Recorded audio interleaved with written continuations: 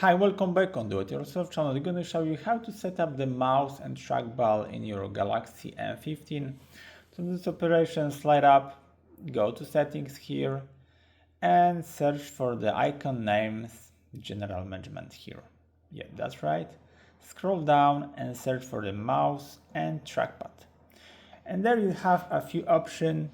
That is a pointer speed. You can choose whatever you want. You can well scroll speed.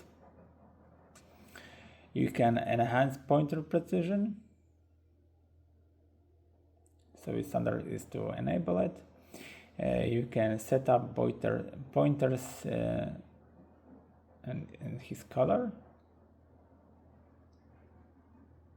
Something like that. You will see the pointer, the big red something on your screen.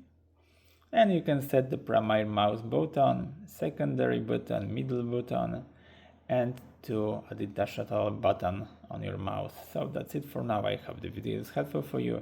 If yes, you can leave like, leave comment and leave subscribe, and see you by next video. Hey!